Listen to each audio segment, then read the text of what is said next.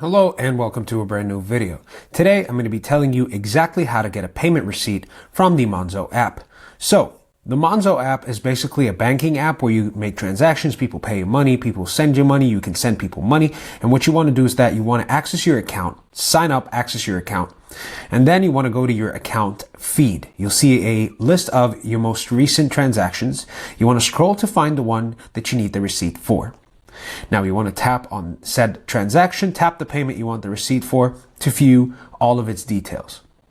And then you need to share or export. There are two options. You can either tap share or tap export. Look for the share or export icon, usually an arrow or a share symbol.